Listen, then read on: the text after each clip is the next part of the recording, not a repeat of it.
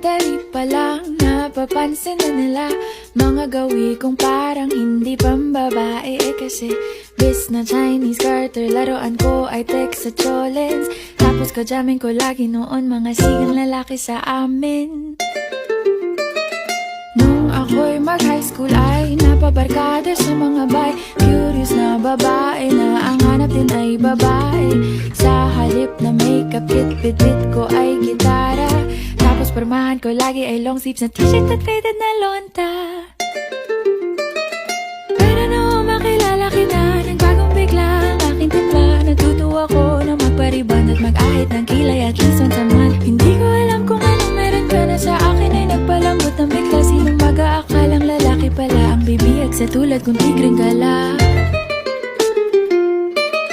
Kahit ako'y titibo-tibo, puso ko ay titibok-tibok pa rin sa'yo.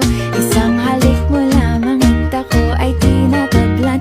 At ang aking pagkababae ay nabubuhayan na para bang bulaklak na namumukadkad. Dahil alaga mo sa dilig at katamtamang sikat ng araw-araw mong pag-ibig sa aking buhay nagpapasarap.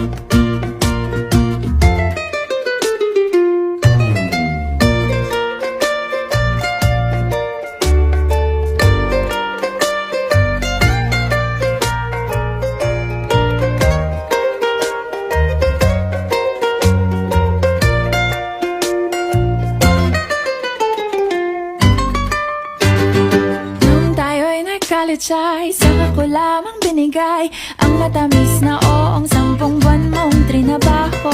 Sa halip na tsokolate at tipikal na mga diskarte, nabihag mo ko sa mga tula at sa mga kata mong pabebe.